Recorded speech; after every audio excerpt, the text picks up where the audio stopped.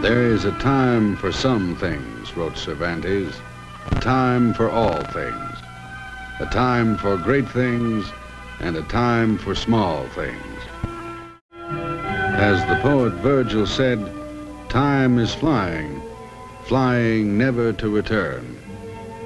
We all want to capture time, to preserve a moment, a day, a generation. It is in these records that we find our identity. There would be no basis for our society, for our church, without recorded history.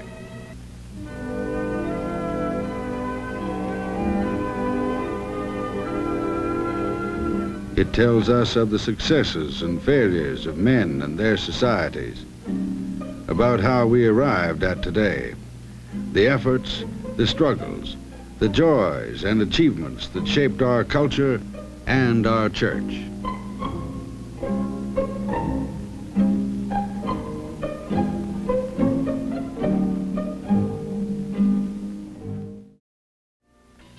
And today, possibly more than at any other time, in an era of rapid change and constant transition, people want to record the events that are shaping their lives, their communities, and their parishes.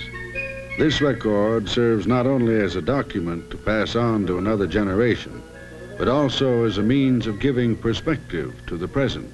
As John Cardinal Wright has said, this need is very necessary. It's the difference between sanity and chaos.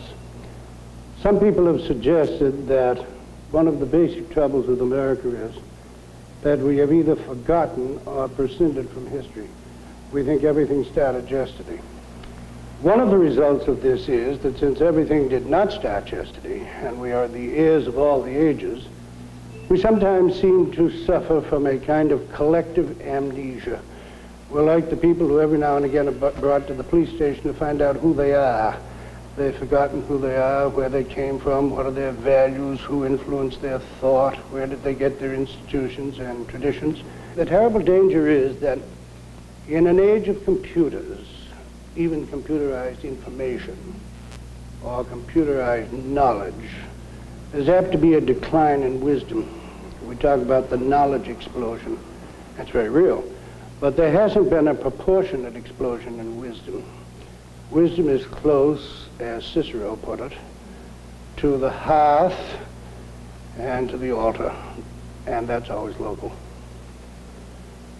Therefore, I agree that people feel significant only in terms of the earth and the climate, the area that produced them. Civilized countries have a very strong sense of my town, my river, my fields.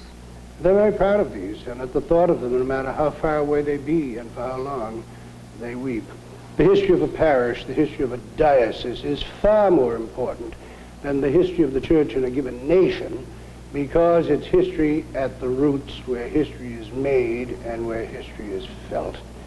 And according as people are aware of that history and are perpetuating that history with pride and with intelligence, then the total church is made strong. It's the cells of a living body.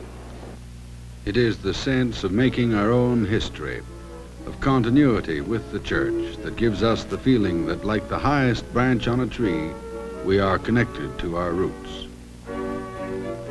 And so we look for our heritage in the mileposts left by people before us, records in stone, in glass, in words, in paint, spanning time, telling us of hopes, of deeds, of faith.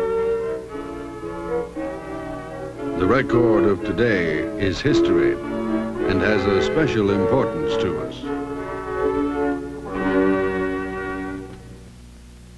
As Father Lawrence Breslin, Vice Rector of the North American College in Rome, said, "Of all people, the Christian should have a sense of history, because we are a pilgrim church, and the pilgrim church is a church of history, and everything that touches it has a touch of redemption and the need of redemption."